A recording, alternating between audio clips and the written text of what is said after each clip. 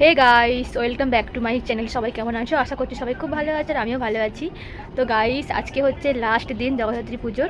তো বাড়ির পাশে একটা মেলা হচ্ছে, ওখানে যাওয়া হয়নি।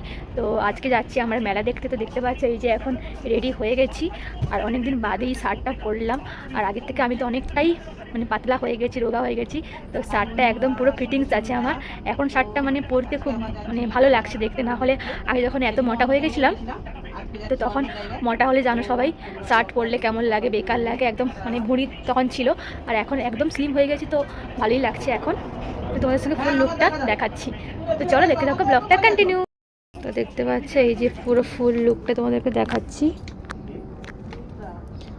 পুরো অন্ধকারটা এখানে ঠিক মতন দেখা যাচ্ছে না।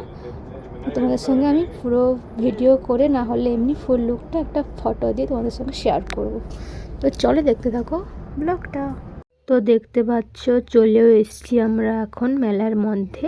আর বাপি ওপরে গাড়িটা রেখে দিয়ে এখন যাচ্ছি হেঁটে হেঁটে মাঠের মধ্যে। আর এই মাঠটা অনেক বড়, এখানে একটা জগন্নাথ মন্দির আছে, তোমরা হয়তো দেখেছো আমার আগের ভিডিওগুলো। এখানে দিদির মেয়েকে নিয়ে আসতাম ব্যায়াম ক্লাসে, ও আসতো। তো এখানে আমি স্কুলে আসতাম বাঘারবাদে, ওটা হচ্ছে বাইপাসের ওপরে, ওখানে স্কুলটা আছে। তো এখানেই আমি ছোটো থেকে মানে স্কুলে এসছি। তো দেখতে পাচ্ছ মেলার মধ্যে লোক আছে, যাই হোক এখন একটু কম আছে, কিন্তু আজকে আছে অনুষ্ঠান, ওই কারণে একটু রাত করেই লোক সবাই আসবে। আর দেখতে পাচ্ছ প্যান্ডেলটাও খুব ভালো হয়েছিল, আর এখন একটু লোকটা কম আছে। গাইস, চলে এসেছি ফাইনালি এখন আমরা মেলার মধ্যে। দেখতে ফাঁকা, বেশি সেরকম। তো চলো দেখতে থাকো ব্লগটা। তো এখন যাচ্ছি ঠাকুরকে প্রণাম করতে। আর আমি সেরকম ব্লগ তো এখন বানাই না, কোথাও গেলে যখন তখন একটু ব্লগগুলো দেই। সেরকম আমার কোনো আর ইন্টারেস্ট নেই আগের মতন ইউটিউবটা নিয়ে। আগে একটা আমার চ্যানেল ছিল, ওটা ডিলিট হয়ে যাওয়ার পর এটা একটু এমনি মানে ভিডিও বানাই, একটা স্মৃতি ভেবেই মানে করছি।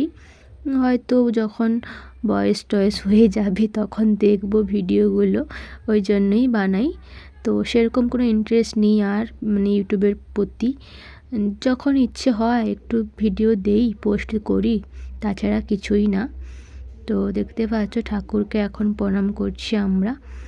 আর কি বলবো, ঠান্ডাটা সত্যি বলছি ঠান্ডা একদমই লাগছে না। আমাকে বাপি বলছিল যে তুই এরকম শার্টটা পরবি, তোকে ঠান্ডা লাগবে না?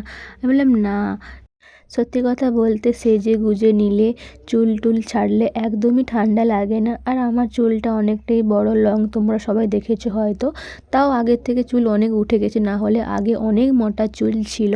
তো এখন মেলার মধ্যে দেখছি কি নিব, এসছি মানে কিছু না কিছু একটা নিতেই হবে। তো তারপরে দেখো একটা নিয়ে নিলাম ব্রেসলেট, ভালো লাগলো তো নিয়ে নিলাম। তো তারপরে টিকিয়া দোকানে গেলাম, টিকিয়া খেলাম, মা খেলো 12 ভাজা, সবাই টিকিয়াও খেয়েছে, টিকিয়াটা খুব সুন্দর ছিল। তো চলো বাড়ি থেকে কথা হচ্ছে। তো গাইস দেখো বাড়িতে চলে এসেছি, এই যে এখন খাচ্ছি রুটি, এই যে সবজি মা বানিয়েছে আর পেঁয়াজ। আর মানে কি বলবো, এত লোক তাও মানে আরম্ভ হলো না। তো অনুষ্ঠানটা চালুই হলো না, অনেকটাই রাত হয়ে গেছিলো, তার জন্য আমরা বেশিক্ষণ থাকিনি। 11:30 মতন ওয়েট করলাম, দেখছি আরম্ভ মানে হচ্ছে না, শুধু মিউজিকই হয়ে যাচ্ছে। তো তারপরে দেখো ঠান্ডার জন্য পালিয়েও এসছি, এত রাতে থাকবো না, কি করবো বলো, ঠান্ডা লেগে যাবে, এমনিতেই ঠান্ডা পড়েছে, আস্তে আস্তে ঠান্ডা পড়ছে বেশি। দেখো এখানে কিছু তোমাদের সঙ্গে ফটো শেয়ার করলাম, আর তোমাদের সঙ্গে কিছু ভিডিও শেয়ার করব। তো তোমরা ভালো থেকো, সুস্থ থেকো, নেক্সট ভিডিও দেখা হচ্ছে। তোমার জন্য সাজানো স্বপ্নে একাদিন যাপন, ভালো না কবে শুরু যে হবে প্রেমের আলাপন।